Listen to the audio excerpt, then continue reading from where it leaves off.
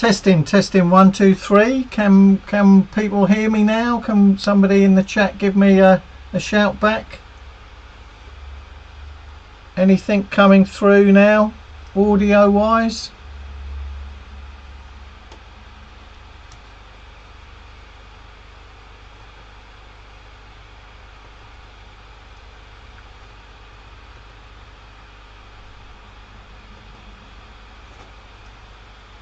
You're on. Okay, thank you very much for that. Thanks.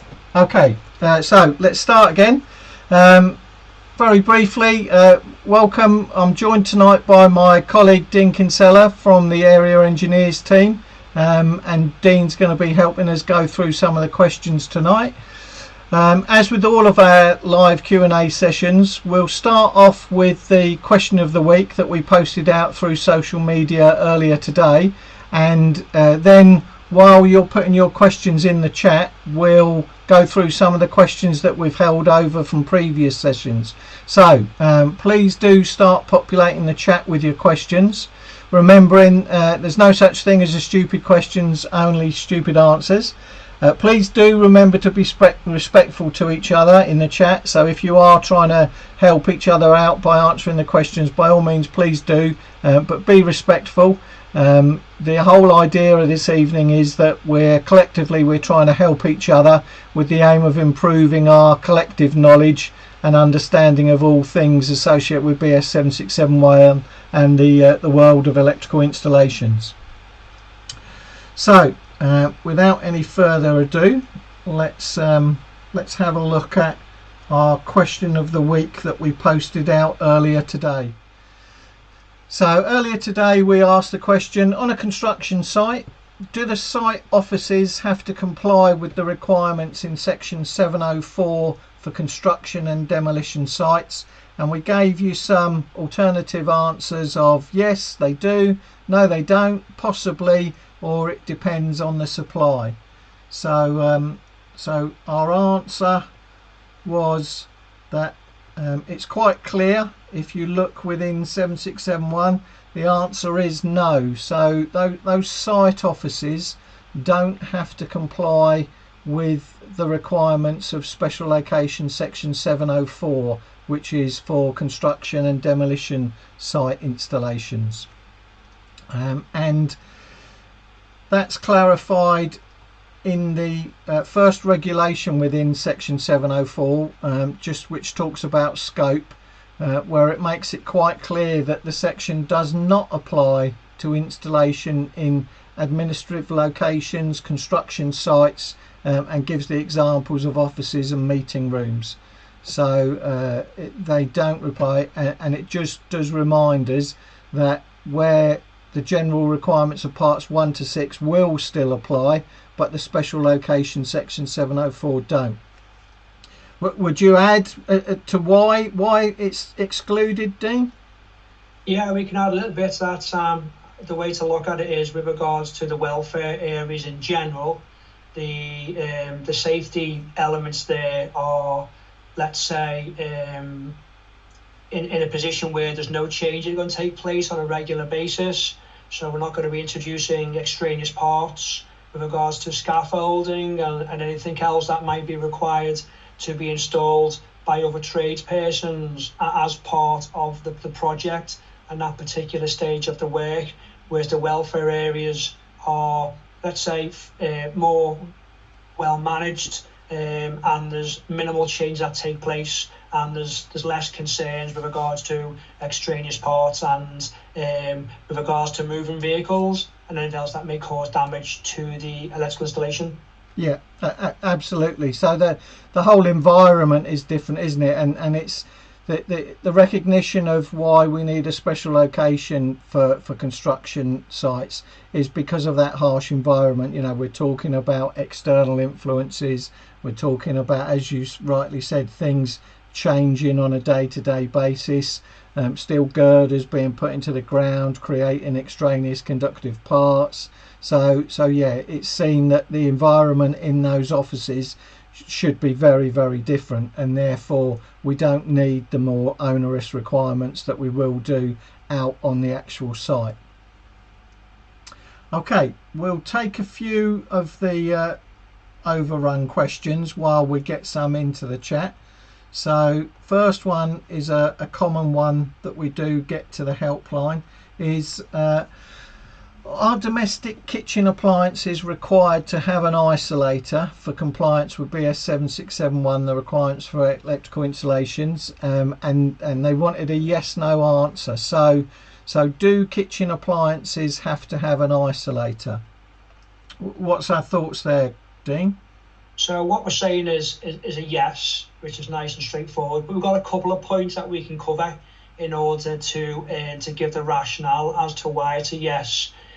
First of all, we've got to look back at fundamental principles with regards to that, and about the need to provide effective means of isolation that's suitably placed for ready operation, that will cut off all voltages from every part of the installation, and for every circuit it disconnects all the equipment to remove or prevent danger.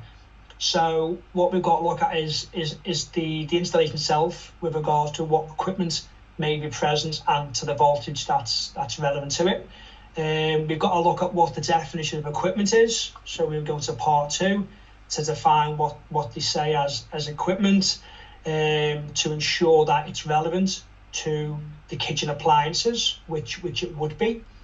But what we've got to be mindful of is that BS 7671 does make it quite clear that although it does need to be an effective means of isolation, which needs to be suitably placed, it doesn't really stipulate it has to be a dedicated isolator. So therefore we could use the overcurrent protected device, let's say for argument's sake the MCB or the RCBO, as our form of isolation, which would be located within the consumer unit. So obviously what we've got to make sure is that we consider any factors that may be associated with the appliance and any hazards that may be relevant to the appliance and the appliance location to determine if the overcurrent protected device would be suitable as being the sole means of isolation, or local isolation may be required. And again, that's down to each installation and how it's designed. Yeah, absolutely. And there's a table, isn't there? Table 537.4 gives us devices which are suitable for isolation purposes, and so as you can see, it doesn't have to be a dedicated piece of equipment known as an isolator.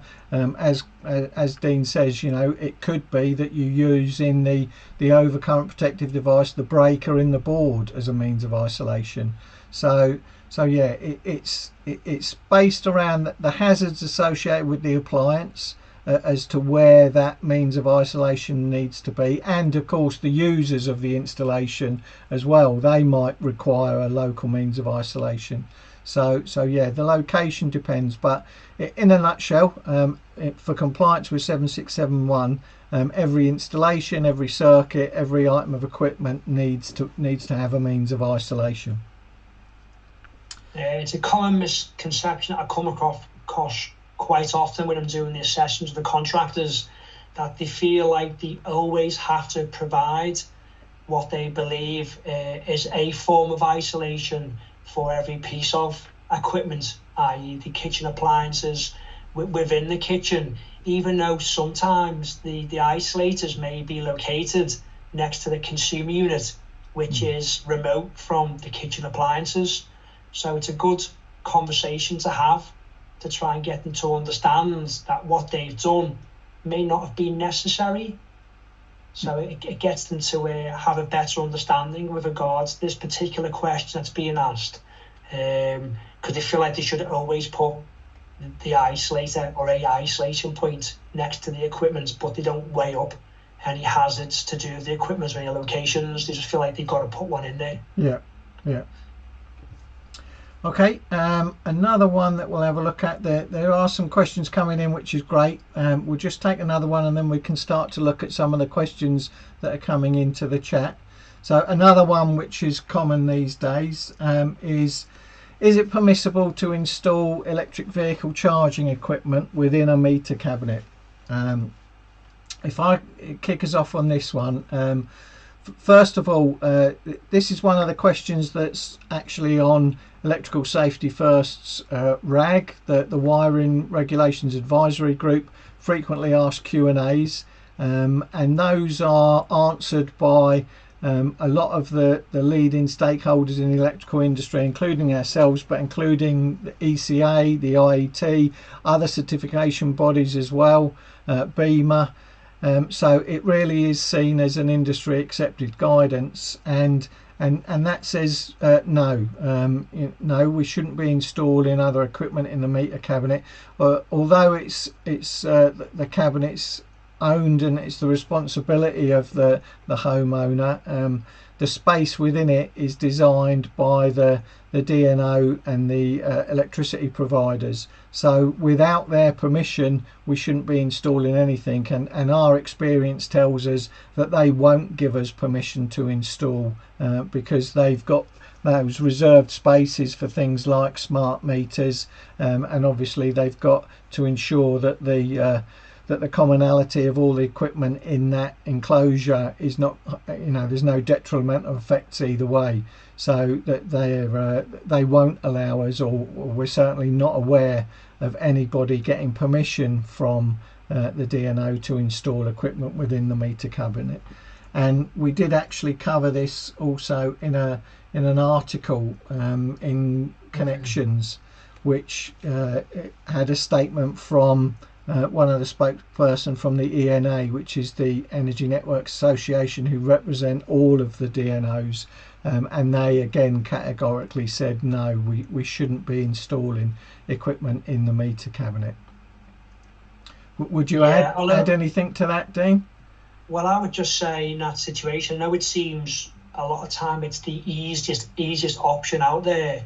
The DNO are within their own rights, if they come across our own equipment being installed in their housing, to ask for it to be removed. So obviously that will go back to the client. The client then have to then contact the contractor, and it could lead on to bad relationship between the contractor and the client, because there may be a cost involved to now reposition the switchgear from the EV to a separate housing. So although it may seem the easiest option, you're better off not taking that chance and putting a separate enclosure in local to the supplier's housing and putting all your switchgear in there. Yeah. Okay, we'll start to take a look at some of the questions that have come in through the chat. So the first one that I can see is asking for a recommendation with regards to an installation where there's a three-phase supply to a domestic property. Consumer unit is 4 meters away from the cutout. A switch fuse ? Or tails ? It would then have to be installed outside for 1.5 meters before entering the building.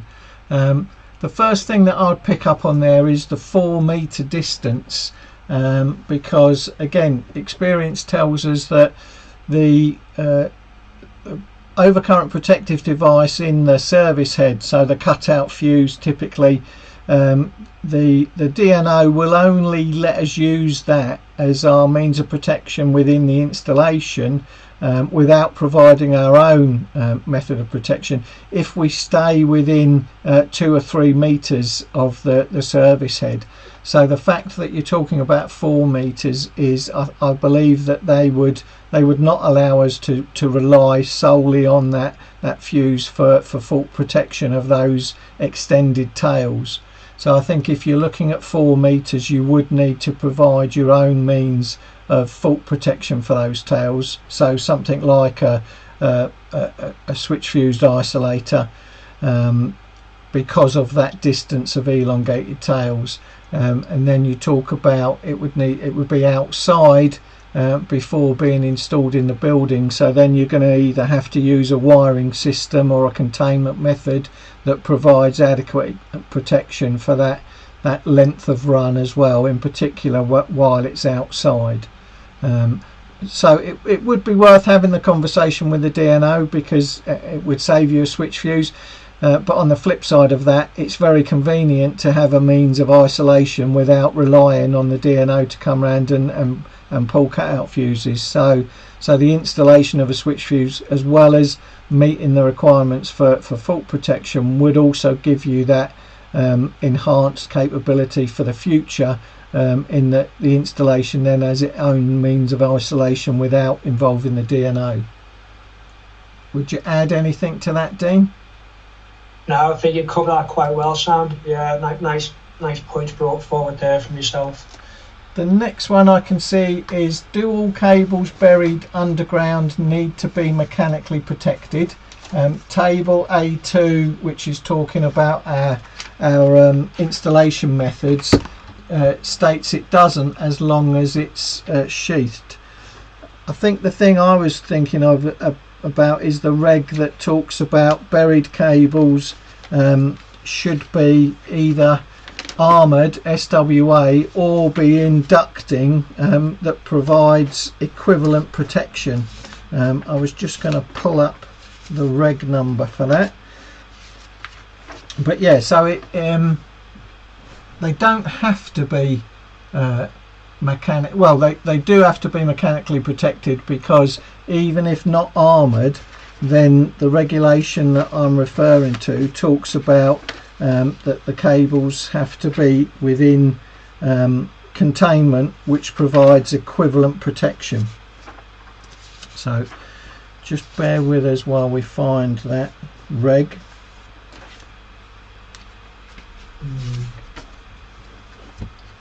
Yeah, 7. Well, I'm looking at one here for 7. Well, it comes under construction, so it might not be applicable, to be fair, but it does cover about mechanical protection. Selection and erection of wiring systems and related to external influence. There is a section 705.522, but it's discussing more with regards to agricultural premises and vehicles moving over it, but it might have a relevance to what we're talking about. I think if on 0.6 and mechanical protection and over depths as well.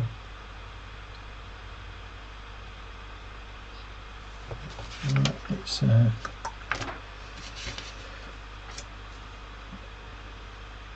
522.8.10 is the one I was thinking. There we go. So yeah, I've got that one as well. 522.8.10 towards the bottom of page 143. Yeah. So except where installed in conduit or duct which provides equivalent protection against mechanical damage, a cable buried in the ground. So that one is saying that it should either be steel wire armoured, or it's going to be in conduit or ducting which provides equivalent protection. So yeah, I think if we're burying, we're going to need to comply with that reg.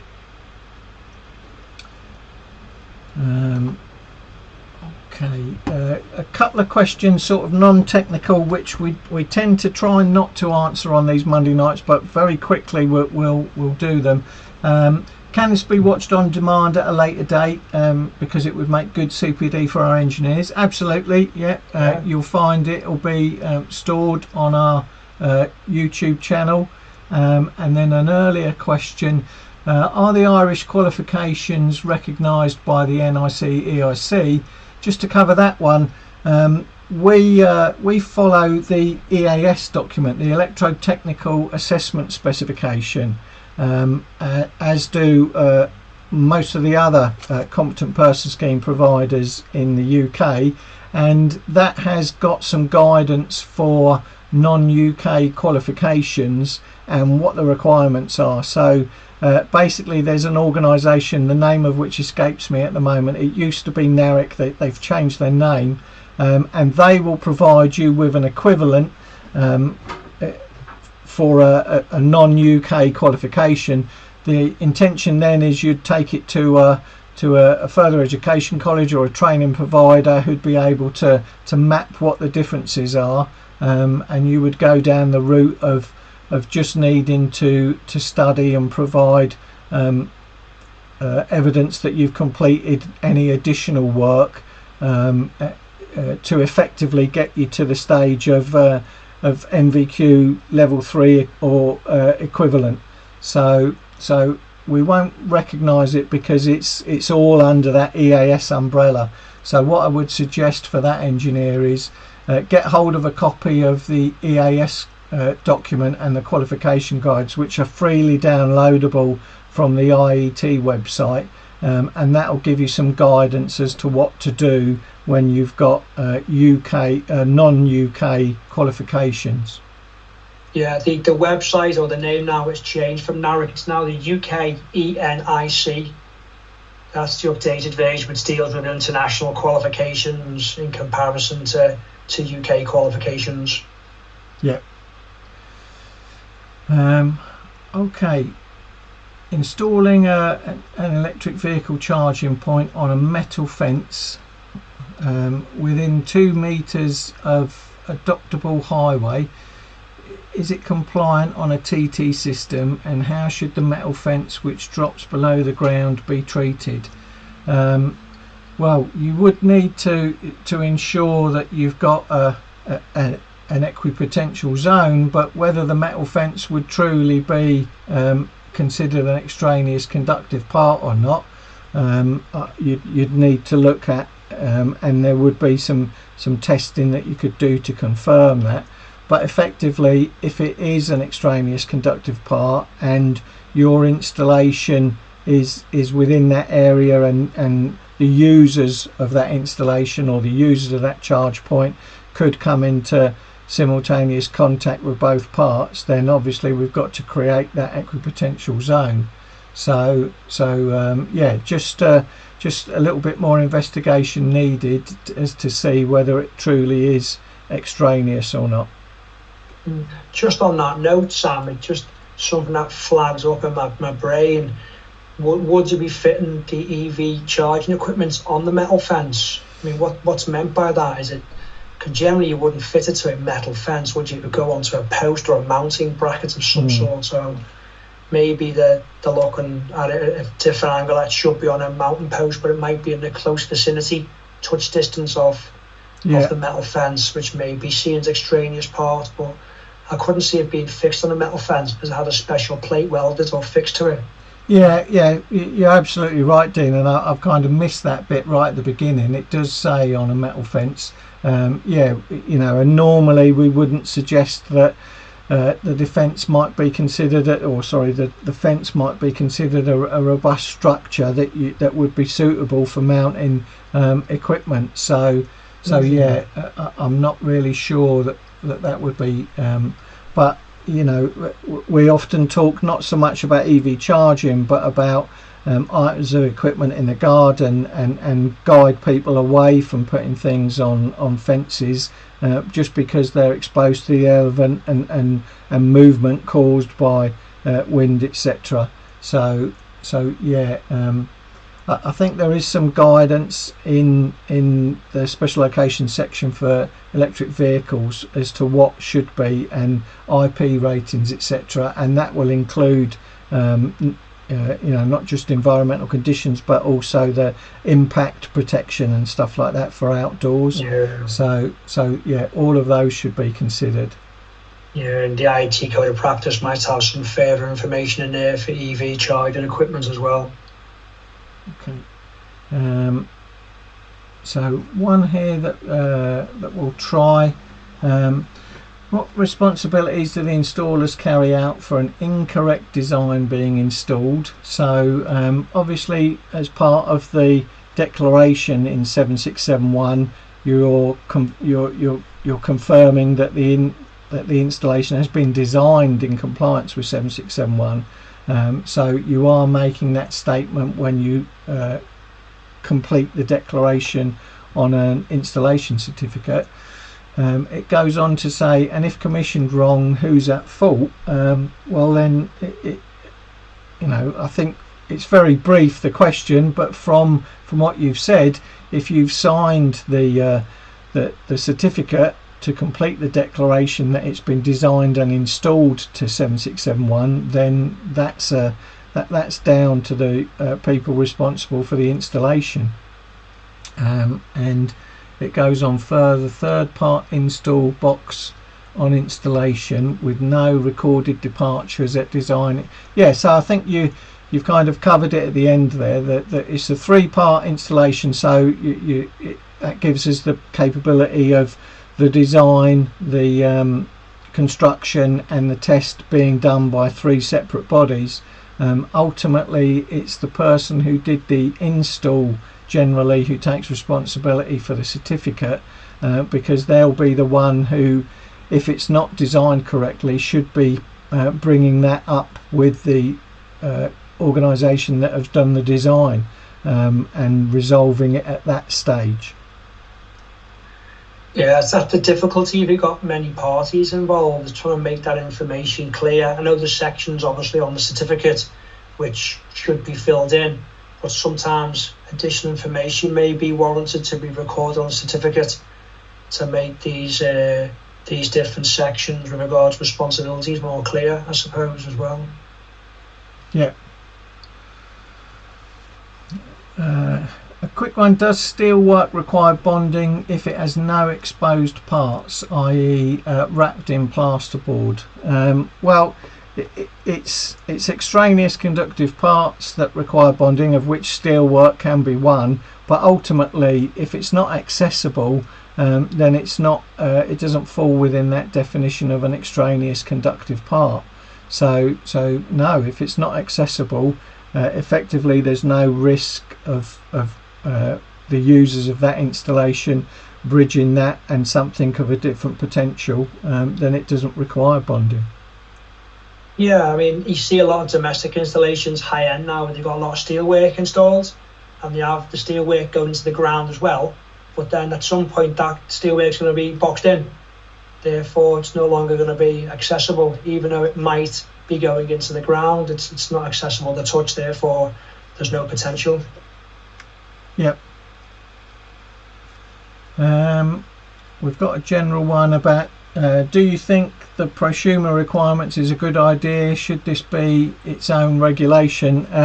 Well, myself and Dean were talking before we came out on air. It's definitely something that's growing. You know, we're seeing more and more new installations of generation, in particular solar PV, and obviously most of those installations will also have a parallel connection to the DNO network, so they're prosuming. They're both using electricity but also producing it as well. So yeah, we see that as something which is growing and will continue to grow. Should it be on its own regulation?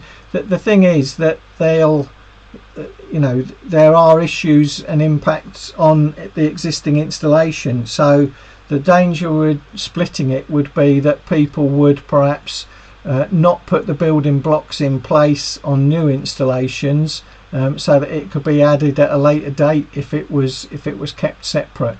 So there are some things, and also, you know, there's some considerations then. For example, if we allow the prosumer installations to work in island mode so that they've got no connection to the DNO network, then that means, for example, that they can't rely on the DNO's earthing arrangement. So we have to consider it. So I think it is new. You know, it's the first time we've had things in Part 8 of 7671, but it's certainly something that's growing. And so yeah, it makes a lot of sense to keep it together, because it is an extension onto our sort of traditional installation world.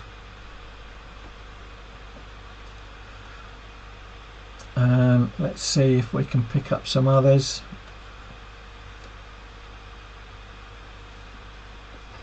So while I'm just looking through the chat, we'll pick up one of the previous ones that we've had from old as well. Again, a common one that sometimes comes into the helpline. When completing an electrical installation certificate, are light switches counted as an electrical point with respect to the number of points served?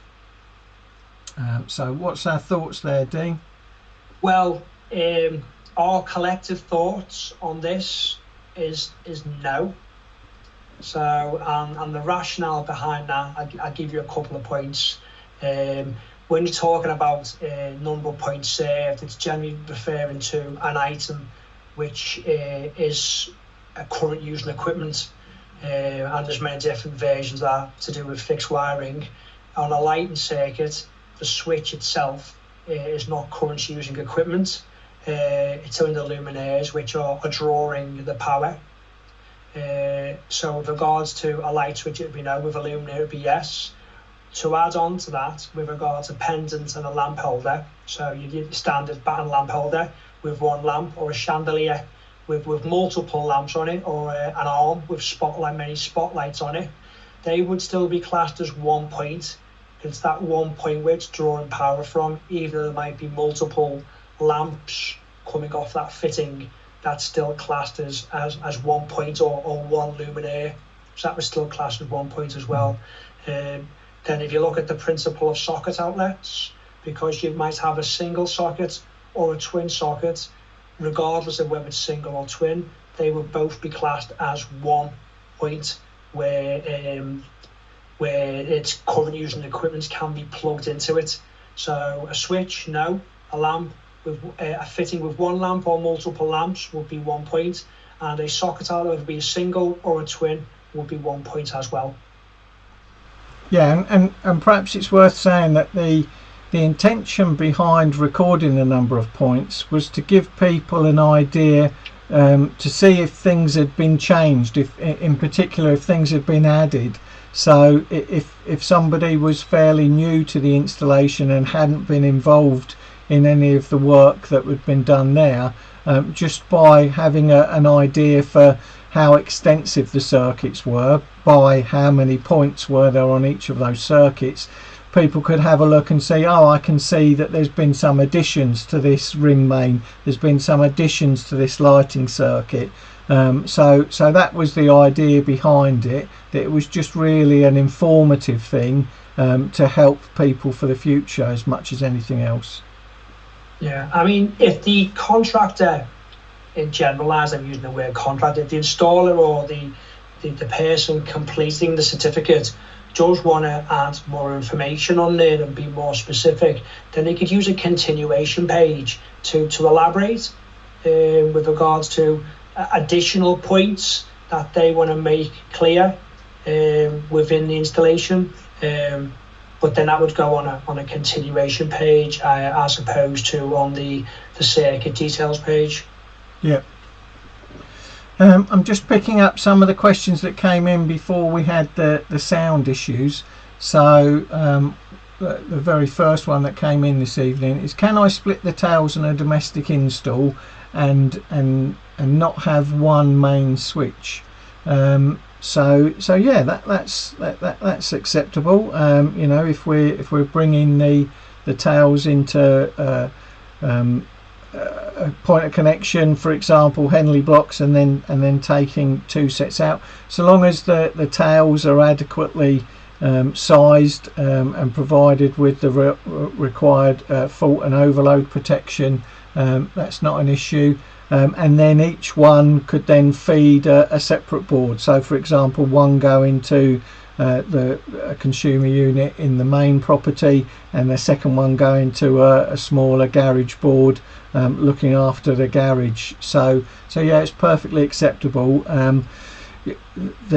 The requirement that we were talking about earlier states that every installation has to have a means of isolation, but it doesn't go as far as to say it has to be a single means of isolation.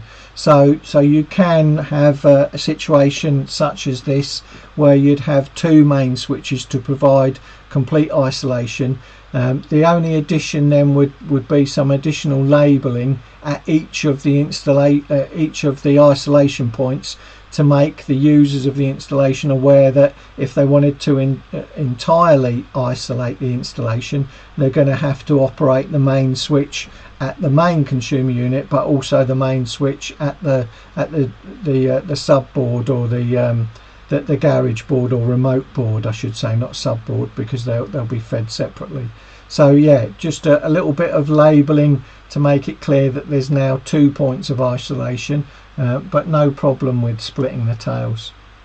Yeah, I suppose similarly from an angle, there might be requirements with regards to the user of the installation, that they may prefer to have one point of isolation for the whole installation. This conversation could be had with the person ordering the work to determine what the use of the property is, or maybe the complexity of it. So it's just having that discussion to see how the installation is going to be used by the end user or the client or whoever else. Yeah, no, it's a really good point, because if they're, perhaps they're increasing the installation within the garage, perhaps adding machinery, and then while that work is going on, they don't want it to impact the house. So having a split supply means that then they can isolate the garage independently while they carry on doing whatever work's going on in there, without it having an impact on the main property at all.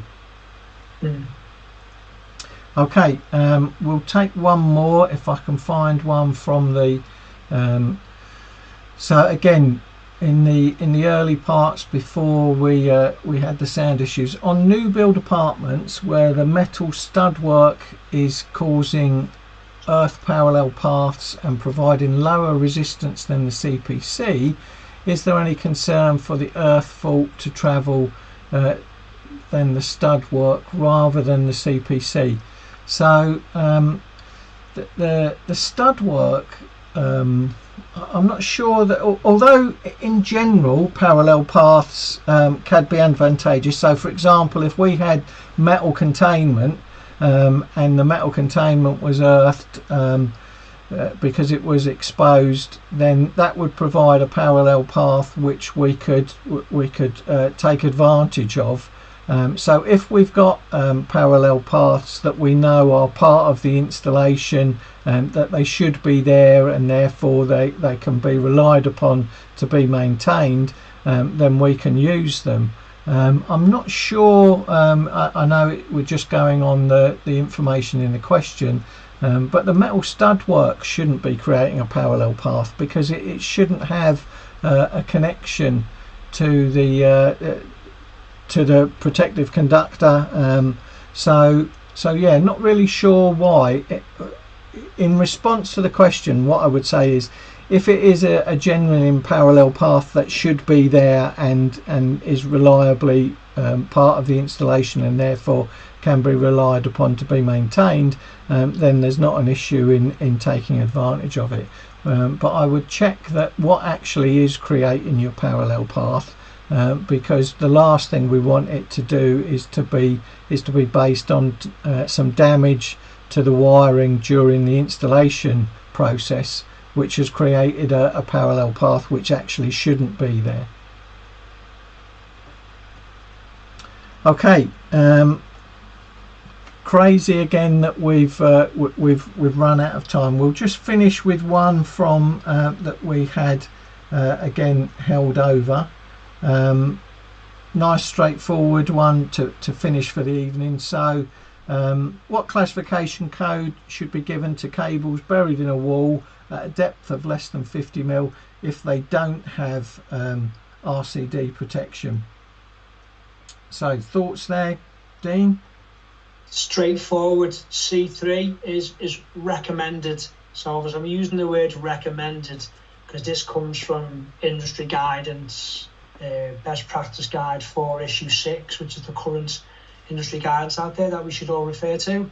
But given the fact that it was let's call it a change to the existing BS 7671 as it's gone through its additions, etc., you wouldn't give it no more than a C3 unless there was other concerns alongside the cable that is buried within the wall less than 50 mil.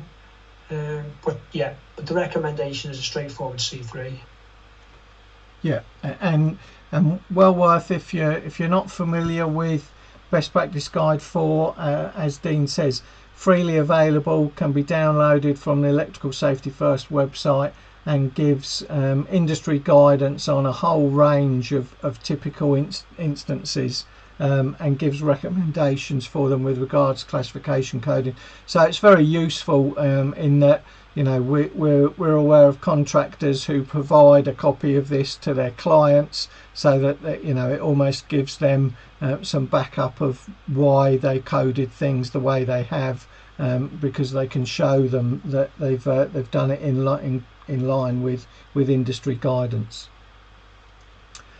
So before we go, I just want to make you aware of a few things.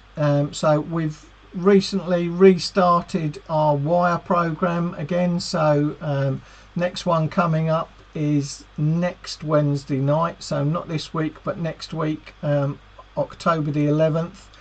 We've got a session on the electrotechnical assessment. And then we've got 2 sessions on EV charging installations that were really driven by the results of the UK government audit that was recently carried out on electrical vehicle charging installations. And then there are a couple more following on in December.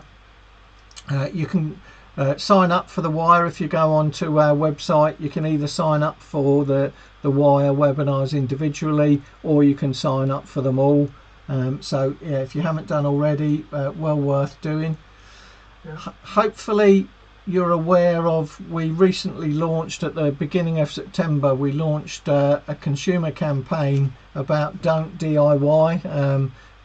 Really good. We're getting some good feedback from that, in that it's warning people that the safest way to do DIY electrics is to not do DIY electrics, but to actually involve a competent person and a certified business registered contractor. It posts them to the NIC website so that they can put their postcode in, or put a company name if they know the name of the people that they're after. And also please do keep in touch. So we post out a question of the week every week on our social media channels, so please do look out for those. It's great to respond, and also if you take part in the webinars, the other thing that we do is ensure that we've got the subjects that you want us to cover. So one of the things that after the webinar we ask for feedback to see what other subjects you want us to post about, and provide some support and some CPD on. We do also have some Ask NIC EIC events around the country, so again, keep your eyes peeled on our social media channels. I was at an event last week in Rugby, and there are some more coming up in October and also November. Again, I say dotted around the country, different sites, where we'll be at one of our wholesalers, one of the distributors' sites for a day, but open for you to come along and ask questions. And also during the day there will be a couple of CPD talks, either on battery storage or on test, inspection and certification in accordance with Amendment 2. So without much further to do, thanks very much for listening to us. Apologies again for the sound problems at the beginning, but we got over those. Thanks to everybody that posted questions. If we didn't get round to answer your question tonight, we'll capture those and use those at the start of another one. So first Monday of the month, so next month it's Monday the 6th of November, we'll be up and running again, trying to answer as many questions in 40 minutes as we can. Goes quick. It does go quick, amazingly quick. It definitely is the quickest 40 minutes of my month. So from myself and Dean, thanks very much for participating, and we'll hope to see you again soon. And any final words from yourself, Dean? No, just thank you everybody for putting time aside to attend this evening. Thank you, Sam. Don't forget to record this as your CPD as well, as does Counter Water, and keep up the good work. Absolutely. Well, brilliant. Thanks for everybody. Take care.